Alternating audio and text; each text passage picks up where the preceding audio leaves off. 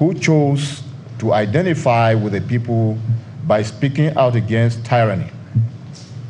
We deeply commend their courage and commitment to the cause of the voiceless, downtrodden.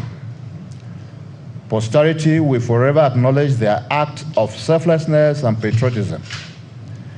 We also note with approval the efforts by the organized labor through the Nigerian Labour Congress and the Trade Union Congress to challenge the massive impoverishment of Nigerians through Tinubu's self-serving economic policies, and we associate with the NLC and the TUC in their heroic efforts in the tradition of organized labor in Nigeria to fight for dignity and freedom of the working people. The situation in Nigeria today is so terrible. Many Nigerians can barely afford food, transport, security, or pay their electricity bills and rents. It is sad that it is at a time as this that the Tinubu administration is rolling out the most punitive and exploitative tax regime in the history of Nigeria. Even the colonial authorities, in its viciousness, did not contemplate taxing poor Nigerians the way Tinubu plans at the beginning of the new year, 2026. The viciousness of this administration shows that Nigeria would be hit by the exploitative and inhuman tax regimes in January when they do not have the fiscal space for such sacrifices. This exploitative tax regime points to the thoughtlessness of the Tinubu administration and its unyielding commitment to cater to the financial interests of the oligarchs to the detriment of the ordinary Nigerians who he continues to punish with all manner of taxes and rising prices. Let us be clear. What President Tinubu is rolling out in January is not a tax reform. It is an assault on the livelihoods of ordinary Nigerians who he has not hidden his contempt and whose prosperity is not part of the agenda of his government. According to the new tax law, all adults of taxable age, whether employed or not, must file a tax return between January 1st and 31st March 2026, after which sanctions for non-filing will begin to apply. For owners of companies, you must file for all your employees, even if they are paid below the taxable bracket. Remember, you cannot make the filing if you do not have the tax identification number. This is so mindless in a country where over 70 million are unemployed, where people do not have good access to internet services, and where the level of service delivery from state institutions are poor or almost non-existent. President Tinubu has set up an exploitative racket against innocent Nigerians. This reads like a tragedy from the infamous Lagos governance. Small and medium businesses are struggling to survive under a bad policy environment.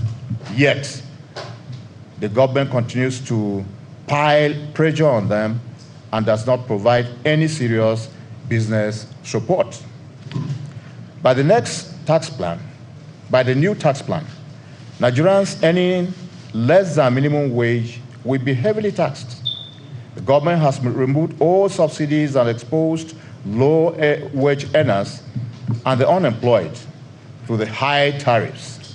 Still, the government intends to overtax them, creating demanding human development and truncating any prospects of serious and sustained economic growth.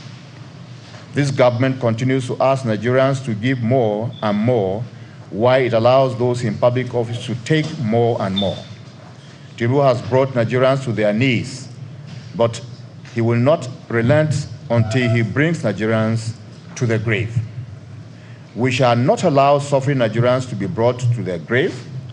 We, as Nigerian opposition movement, have decided to stand up in support of those opposition politicians who issued the letter a few days ago, and the NLC and TUC to say enough is enough. This tax plan must not take off now. Its implementation must be suspended immediately. This is not a tax reform. This tax is a weapon fashioned against the economic well-being and social security of suffering and poor Nigerian citizens. This government is asking Nigerians who have already been brought down on their knees by the weight of poverty and squalor and have nothing left to give more. No, you cannot tax hunger. You cannot tax poverty. And you cannot tax people into prosperity. Since he came into office, President Tinubu has shown where his heart is. It is not with the Nigerian people. It is with a few oligarchs who are attached to his economic and political interests. The bad policies of the administration are intentionally so because President Tinubu is not committed to the prosperity of ordinary citizens. He is committed to getting and keeping political power at a toll of creating wealth for himself and his family and friends. This is bad for Nigeria.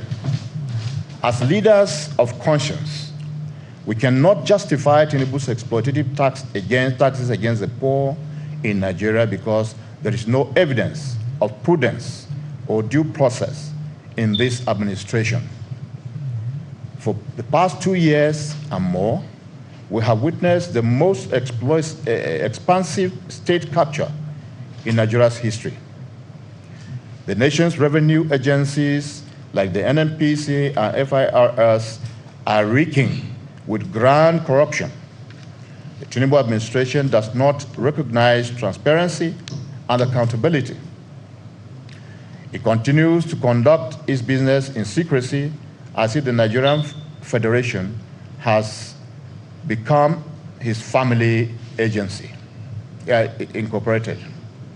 For instance, why would the FIRS enter into an MOU with the French agency regarding management of Nigeria's tax regime and refuse to publicly disclose the content of the MOU, especially in the circumstances where Tinubu has made France his second home and business center? Does public interest not dictate that FIRS publish the MOU since Nigerians are worried at the prospects of the business deals with France compromising Nigeria's strange national interests? Since President Tinubu came into power, it has been one allegation and report, one high-level grand corruption or another, starting with the mind-boggling corruption of the former Minister of Humanitarian Services, where corruption cases have been swept under the carpet. For the first time in the history, a leading Nigerian private sector businessman is openly accusing Tinubu's top regulator of brazen corruption. This has never been seen or heard in Nigeria.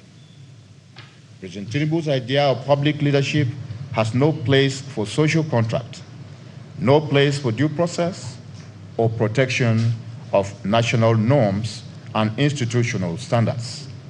Recently, Professor Wole Soyinka, a staunch supporter of President Tinubu administration, was forced to voice out great distress at the privatization of the Nigerian state by the Tinubu administration. He said Sheyi Tinubu, the president's son who has no public office, has sufficient military and police escorts to overrun Benin Republic. That is typical Bola Tinubu as Nigeria's president. Do not care about what Nigerians feel or think. He just keeps it in the family. It is about me and my family, and to hell with Nigerians. Therefore, in the context of President Tinubu's administration war against Nigerians, we do not believe the new taxes would serve any public good. From the experience of the past, Tinubu's hard taxes would not translate into better hospitals, security, or jobs. Nigerians are being asked to pay more without being promised anything in return. This tax drive is not different from the reckless removal of fuel subsidy, where the resultant gains, which are unaccounted for, rather than being injected into productive economy for the benefit of the citizens, is being deployed to funding the flamboyance of a bloated government, cronies, and families. The opaque outsourcing through an MOU with the French concern is a disturbing indicator that no accountability is intended. President Tinubu is not focused on governance, he is focused on brazen exploitation. We reject this task because the timing is cruel and the logic is irrational. Fuel subsidy removal, naira collapse, food inflation, and rising electricity tariffs have already pushed households and small business to the edge. Introducing an aggressive tax regime now not only shows, but indeed confirms the widely held belief of a government dangerously out of touch with reality. As an oligarch and authoritarian, President Tinubu, by this tax plan, concentrates enormous powers in the hands of revenue authorities in a country with weak safeguards. Accounts access, which is already being enforced, penalties, and automated enforcement without strong oversight invite abuse. When citizens fear the taxman more than they trust the government, something is fundamentally wrong. Now, our demands. The national opposition movement demands: 1, the immediate suspension of the tax plan's takeoff date.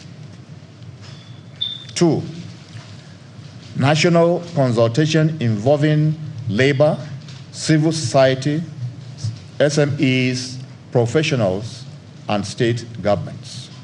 3, explicit social protection guarantees tied to any tax reform. 4, a focus on taxing luxury, excess profits, monopolies, and corruption, not poverty. 5, strong legal safeguards to protect taxpayers' rights. Nigeria does not suffer from low taxation. Nigeria suffers from wastes, corruption, mismanagement, and policy arrogance. You do not fix government failure by billing the victims. We stand with Nigerian workers, traders, professionals, and small businesses. We will resist any policy that punishes the poor to excuse leadership failures. If this tax plan is forced through without suspension and consultations, the government will be fully responsible for the social and economic consequences. This is not a threat. It is a warning grounded in reality. Nigeria is hurting, and the suffering Nigerians have limits. Let us warn President Tinubu and his enforcers. The crisis in West Africa is a crisis of accountable governance, of authoritarian rule without accountability, and state capture guided by greed and arrogance. Nigeria should be saved the misfortune of stoking the fire of conflict that will destroy the prospects of democracy and development in Nigeria. The government should end its provocation of Nigerians and suppression of the voices of the opposition politicians, labor leaders, and civil society. The government should release its stranglehold on Nigeria. President Tinubu should let Nigerians breathe. Enough of poverty, enough of insecurity, enough of the burden of his tax masters. enough of assault against opposition leaders. As we close the year, we declare a commitment to close President Tinubu's gross incompetence and assault on the integrity and stability of the Nigerian state. Thank you all. Thank you very much. We want to take questions. So if you have a question, could you just indicate? And the procedure is this. You mention your name, your medium, then you go ahead with your questions. Please make them as short as possible. Thank you very much. Yeah, Nation. Good afternoon, sir. Daily Anofi is my name. I'm with the Nation newspapers. Sir, in your address, you did mention that you are going to resist if the tax policy is not reversed. So what sort of resistance are we looking at here if it is not reversed? I think we would take two each, then take the answers. Yeah, please.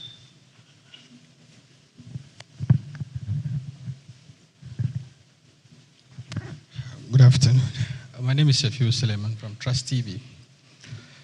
If I'm not mistaken, this decision is a fallout of the tax reform law. Some will say, is the opposition not beating a dead horse? The fact that this tax reform bill also has been subjected to public scrutiny and it was passed by the National Assembly.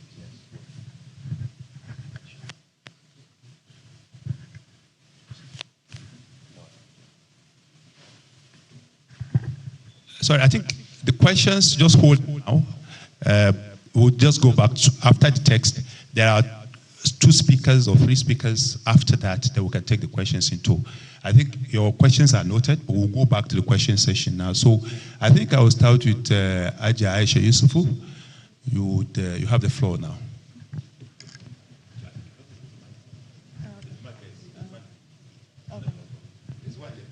You want me to pick one? Oh. Yeah, thank you. Thank you very much. Good afternoon, everyone. Just to answer that question is to say that when we talk about the resistance, every resistance that is within the ambit of the law will be explored. Every resistance that is constitutional.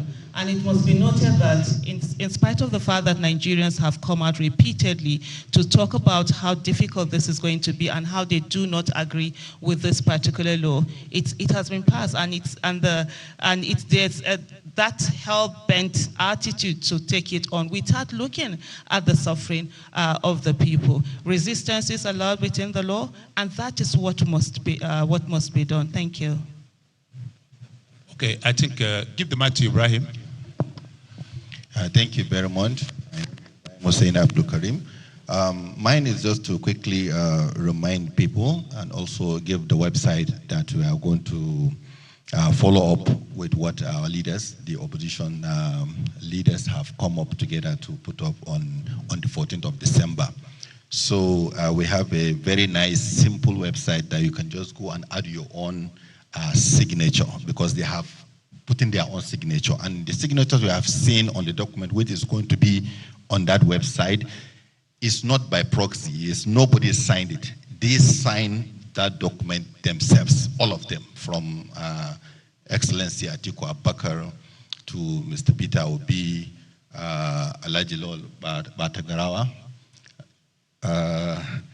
and Mr. Bodejod and Oyegum. All of them were on this document, and they signed the document themselves. So we are pulling up the document the way it is up to the website. Is just GOP, just J as Jerry, GOP.ng.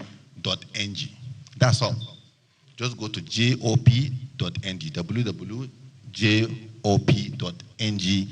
to sign. Once you sign, you add your own voice to it. And we want to see if we can get 1 million, 2 million, 3 million. What we just need from you is your email. The email will help us to keep on engaging with you towards this national opposition movement. Thank you. Minister Along. Well, a reputable philosopher once argued that all it takes for evil to flourish is for good people to do nothing. Now, good Nigerians have tolerated this government for a very long time. With the first attack on the psyche of Nigerians on the 29th of May, 2023, with the announcement of the inhumane policy of subsidy is gone. Nigerians tolerated it, thinking maybe there was indeed something genuine that will come out of it. And the government has taken Nigerians for a ride and continue to consolidate on that with other inhumane policies as enumerated in the text.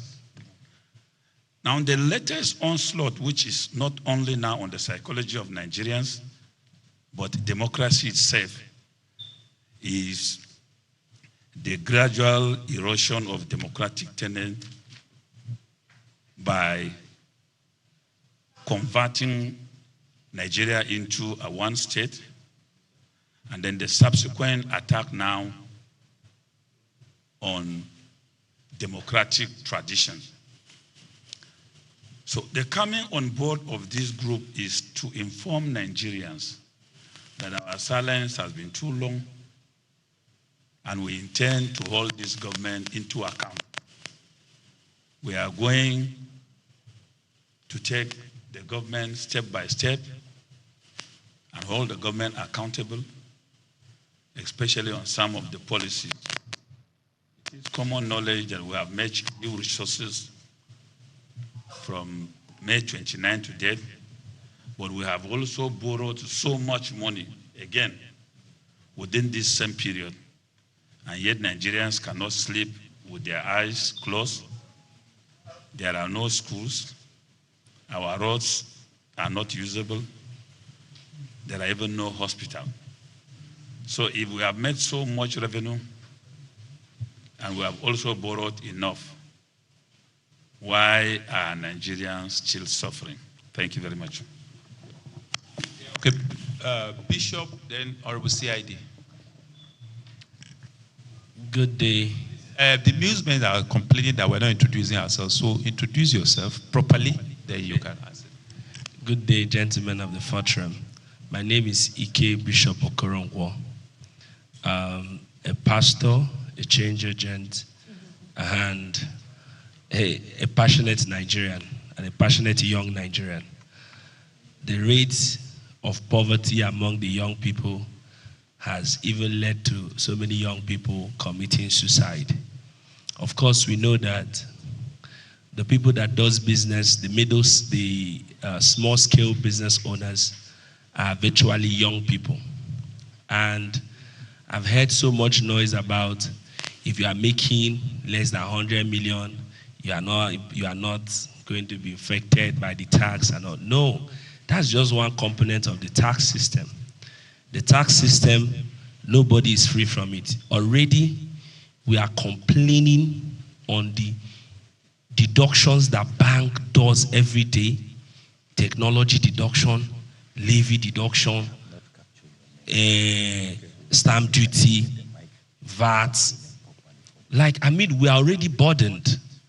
Removal of subsidy from fuel is already a huge burden on the Nigerian people. You forgot that when you talk about what the Nigerian masses benefit, there are these subsidies. When you subsidize their transportation, you have reduced the burden on their moving around of their goods and services. Electricity subsidy is almost gone. There is no difference between the band B and band A. People are heavily, some people have not had lights because of so much hike in the electricity bill. And now, on top of all this, you want to introduce other taxes? You cannot go to a supermarket and buy. In fact, some are already on effect. There is a lot of VAT on so many of the things that are on the store. So what we're saying is that this tax law must not go into effect. We must not allow it to happen. It must be revisited. They must give time, carry the young people along, carry every of the sector of Nigeria along before coming up with any tax law that will burden Nigerians more. Thank you. Or we say idea. Thank you. Good day, everybody. I'm not going to repeat the main speaker, but to answer the question someone posed there on the issue of National Assembly. I'm a product of the National Assembly myself. I will see ID Mado Abum, I had said so. Unfortunately, the current National Assembly is not the National Assembly we passed through. That when we did the anti-third term struggle, the whole world was on us. And we fought and refused a president that was almost a leviathan from doing things. We did so. The current National Assembly passed the emergency rule that requires 2/3 of human beings. They passed it by voice vote. That's the National Assembly we are talking about. This tax issue, the National Economic Council, made up of all the governors, rejected it. They rejected it at the entire country. But they went to National Assembly and removed 1 or 2 clauses and said they have passed it. So it's not as if this has not been on for a while. So I don't know whether our hope is in the current National Assembly. We hope that men of courage are still there, that can rise up. Rise up. We did so when we were in the National Assembly. I know there are a few men that are still there that can be courageous, but there's an institutional decay that we see. And so when you say National Assembly passed it, that National Assembly that passed it did not represent the feelings and the wishes of the people of Nigeria. Thank you. Thank you, Honorable Kenneth. Kenneth Okonkwo. Ladies and gentlemen, Nigeria is on the precipice of collapse. I am Kenneth Okonkwo, and I am talking with tears in my eyes because the Nigeria I was born into I can hardly recognize. A nation that is blessed with human and material resources is now one of the most indebted nations on earth. No thanks to President Bola Ahmed Tinubu. Within 2 to 3 years, he has borrowed more than all the governments together from 1960. And what is he borrowing for? To siphon the money away. You heard about 17.2 trillion naira to watch pipeline. And these same people, we are complaining that paying 7 trillion naira a year for subsidy for Nigerians is absurd. They promised that if they remove the subsidy, they would have money enough to provide infrastructure for us. Today, ASU is going on strike because nothing is provided for them, signifying the possible collapse of the educational system. Today, the resident doctors are proceeding on strike because their welfare is not catered for, signifying the possible collapse of the health sector. Today, the infrastructure is decaying.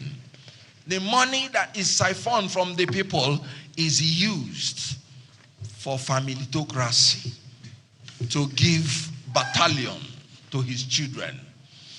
When the security situation is a challenge, Tinubu had the effrontery to deploy our armed forces to fight in another country, the Republic of Benin, to defend a dictator like himself, which is against the laws of Nigeria.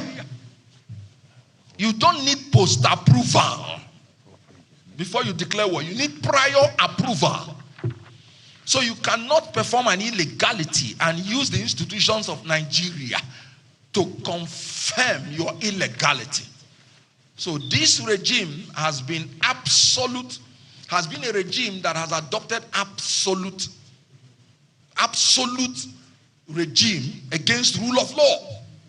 So please, the only thing we are pleading with Nigerians is that if they don't rise up to save our democracy, the next thing that will collapse is democracy. And Nigeria cannot afford any other system of government. So if democracy collapses in Nigeria, most likely Nigeria will collapse. So everybody must rise up. Like Martin Luther said, silence in the face of evil is evil itself. And history may not remember the words of our enemies, but will always remember the silence of our friends. We must rise up and save democracy. Okay, gentlemen of the press, we can now go with our questions, but we have very limited time, so I'll start from my friend here. Good afternoon. My name is Friday. I'm a reporter with Channels TV. I just want to seek further clarification. I understand that Honorable CID mentioned part of it. We've also had some engagement with those on the side of government who are defending this new tax law also. And one of the defense is that this law passed through all the legislative processes and there were no inputs from those who are resisting it now. So my question is this: was there any input during those legislative process from this movement? If there were, I've also seen or heard a former lawmaker saying that there's discrepancy between the version that was presented to the public and the version that was finally submitted to the president for signing. Did you notice that also, that perhaps the input you submitted were not there? Or you are just talking about the timing for this law? Sorry, I think I would clarify something before I call the next person. Two versions. The version approved by the National Assembly, a lawmaker raised it today, Honorable Samad Dasuki, that the version approved by the House is not the version approved as the Gazette. So insertions were done. And I'm sure it's another matter for another day. And that is illegal. That's perjury. So who is another person? Okay. Just round up. Okay, thank you very much. The other question, part of which was answered, is the question was whether, speaking about the Tax Act now is not beating a dead horse. It is not, because every Nigerian legislation is subject to amendment. Even the Constitution, which is the ground norm, can be amended. There's a provision to amend it. So we are requesting that this law cannot be allowed to proceed the way it is. And it is, clearly amendable. It can be amended. So it's not a dead horse. It's a living, legislation, and is therefore subject to amendment. So the amendments can cure the defect that is being complained of. Now the question, was there any legal input from this particular body? Incidentally, at the time that was done, this body was not in existence yet. But at different other fora, where some of the members of this body belonged, they had made their inputs. And we know what, I'm also a product of the National Assembly, and we know what a public hearing is supposed to produce.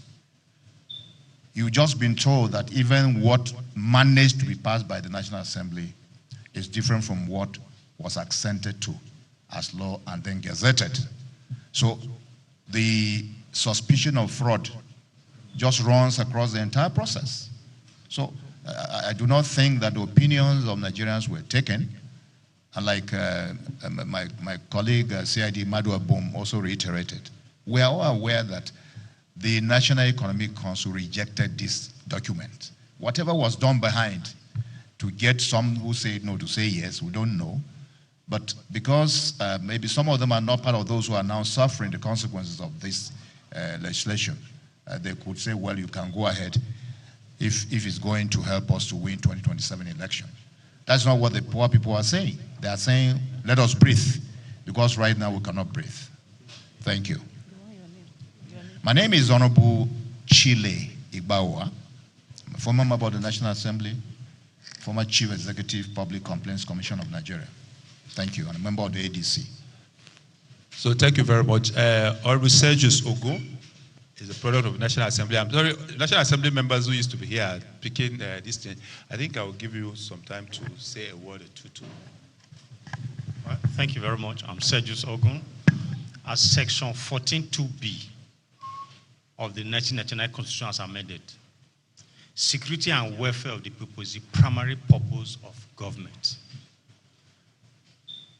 The welfare is the well-being of the people. Can we say today there's well-being of the people? Can we say the people can sleep with both eyes closed? So there's no security. People cannot afford basic things of life in this country. This is not the country we envisioned. This is not the country we want to leave for our children and our grandchildren. So I'll leave the rest to Nigerians. If this is the country you want, you desire, keep clapping for the APC. Thank you very much. Gentlemen, in order to add, my name is Honorable Zachary Mohammed. Countries that have gone through this trajectory, Sri Lanka, Argentina, and several others. There are some countries in South America. They have lost it. We don't want to be part of them. So please, it is tax, yes, but then this tax is very cruel. We don't need it because we have so much money. Like His Royal Highness, the Emir of Kano said, with the removal of subsidy, there's no need borrowing. And up to today, nobody has answered that question. Instead, they are just attacking him. So, Honorable Telepower, we're rounding off, leave the floor to you. Okay. Honorable Alhaji Lukman. Yeah, I think we've actually rounded up. Just to support what Honorable Sergius Ogun said, instead of the security and welfare of the people being the priority of every government, taxation has become the priority of this government. And I quote Professor Sumbo, who gave a lecture in this regard recently in Lagos. Lukman, please. Close word of thanks. Well, thank you very much. My name is Salu Lukman. Of course, I'm from Kaduna. I don't know whether I'm employed or unemployed yet. First is to thank everyone and to say that, like Honorable Chile made the point, this is our first outing. And if you look around, you will see that we are not, yes, we are politicians, but we are not people who live on politics. We are people who are committed to the growth and development of democracy in Nigeria. And as much as possible, democracy must serve citizens. And which is what is driving our commitment. More importantly, we are inspired, like it is said in the text of the statement, by our leaders who have come together to ensure that opposition politicians in the country are united. And on the basis of that, as a group, we have made it a duty for ourselves to seek to mobilize Nigerians to achieve that. And more importantly, to ensure that we keep the government in power today in check, and God willing, by 2027, ensure that they are voted out. I think that is a fundamental commitment we are making. And to that extent, therefore, we intend between now and the end of the year to do a lot of planning, and by early next year, we'll come out in full force. In case anybody has doubt that we are just doing this for show, we are not doing it for show. We are doing it, and we are all committed to ensure that we get the result that Nigerians desire. I thought that is important to make. Thank you very much. We need another family voice here. Good afternoon, everyone. Okay. My name is Queen Nkechi Okiyi. Good afternoon, members of the press. On behalf of we're the youths. Let me say the big people that they've settled their family, they've settled their people. How should we continue this way? Should we continue suffering? Talking about insecurity, it is Christmas season. We can't travel. We used to enjoy the roads, but we cannot do that any longer because the roads are not safe.